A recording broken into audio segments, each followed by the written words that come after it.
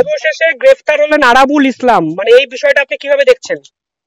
প্রথমেই বলি, আপনারা দেখেছেন পঞ্চায়েত নির্বাচন পর্বে যেভাবে এই শওকত মোল্লারা টাকা দিয়ে, লোক পাঠিয়ে, ভাড়াটে গুন্ডা দিয়ে ভাঙড়কে সন্ত্রস্ত করেছিল। আপনারা দেখেছিলেন সেই বিখ্যাত স্টেটমেন্ট। একজন লোক, সে বলছে আমাকে 5,000 টাকা দিয়েছে, সে 5,000 টাকা দেওয়ার জন্য আমি এসে এখানে গুলি চালাচ্ছি। এইভাবে ভাঙড়কে সন্ত্রস্ত করেছিল এই আরাবুল বাহিনী, শওকত বাহিনী।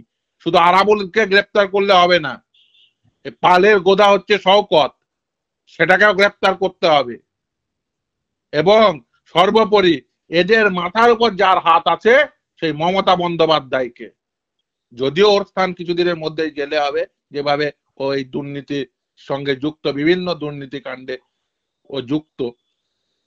শুধুমাত্র আরাবুলে থেমে থাকলে হবে না, এছাড়াও তৃণমূল কংগ্রেসের অন্যান্য নেতা যারা এই ঘটনার সঙ্গে যুক্ত, বিশেষ করে পঞ্চায়েত নির্বাচন পর্বে যেভাবে ভাঙড়কে সন্ত্রস্ত করা হয়েছে, যেভাবে ভাঙড়ের সাধারণ মানুষের উপরে গুলি চালানো হয়েছে, এর জন্য শুধুমাত্র আরাবুল নয়, তৃণমূল কংগ্রেসের আরো অনেক রথী মহারথীদের জেলে যাওয়া উচিত। শওকত মোল্লা তো অবশ্যই, যে ভাড়াটে গুন্ডা বাহিনী পাঠিয়ে ভাঙড়কে সন্ত্রস্ত করেছে। ও নিজে জানে ও পুলিশ ছাড়া আর ভাড়াটে গুন্ডা ছাড়া ও ভাঙড়ে ঢুকতে পারবে না, ভাঙড়ের মানুষ ওকে ঝাঁটা নিয়ে তাড়বে। শীতকালে সুন্দরবন ভ্রমণের নির্ভরযোগ্য একমাত্র নাম সাগর সঙ্গম ট্রাভেলস।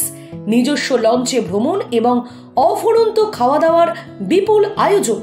বুকিং করুন 9733066075।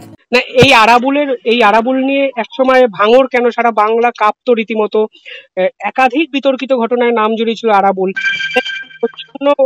বার্তা দিল এই মুখ্যমন্ত্রী প্রশাসন যে কোনো বার্তা নয়। দেখুন, এই মামলায় যেভাবে পঞ্চায়েত নির্বাচন পর্বে যেভাবে আইএসএফ কর্মীদের উপর আক্রমণ হয়েছে, যেভাবে সাধারণ মানুষের উপর আক্রমণ হয়েছে, যেভাবে ভাঙড়কে সন্ত্রস্ত করা হয়েছে, সেই ঘটনায় সিবিআই তদন্ত চেয়ে মামলা এখনো বিচারাধীন।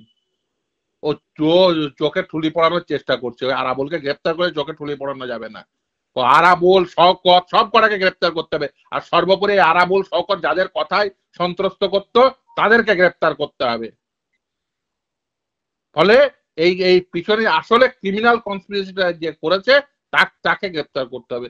এবং সেই জন্য এই আরাবুল, শওকত সকলকেই গ্রেপ্তার করতে হবে। আর এই শুধুমাত্র ওই একজনকে, একটা আরাবুলকে গ্রেপ্তার করে ভাঙড় কখনোই শান্ত হবে না।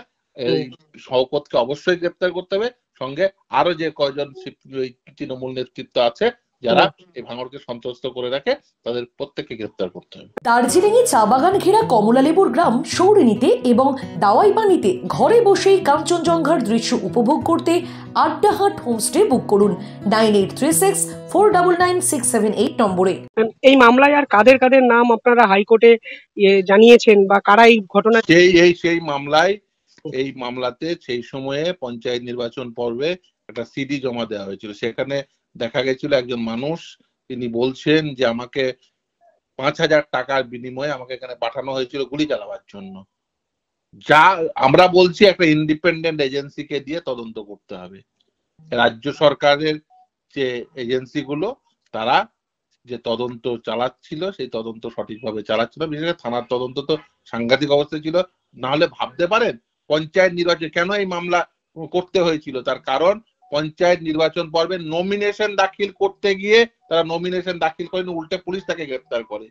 আদালতের নির্দেশের পরে যখন তারা নমিনেশন জমা দিতে যায়, পুলিশ নিয়ে গিয়ে তাদের পুলিশ সামনে ফেলে দেয়। পুলিশ যখন আদালতের নির্দেশের পরে তারা যখন যেতে যায়, তখন গুলি খায়। তারপরে সেই মামলায় এখনো মামলা বিচারাধীন।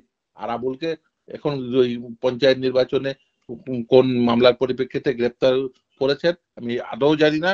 আদৌ আমি এটুকু বুঝতে পারছি না যে শুধুমাত্র আরাবুলকে কেন গ্রেপ্তার করছেন। এতদিন ধরে আরাবুল, শওকত সকলেই তো গ্রেপ্তার হওয়া উচিত। পঞ্চায়েত নির্বাচন কবে হয়েছে? আর আজকে আরাবুল যদি গ্রেপ্তার হয়ে থাকে, তো আরাবুল কেন?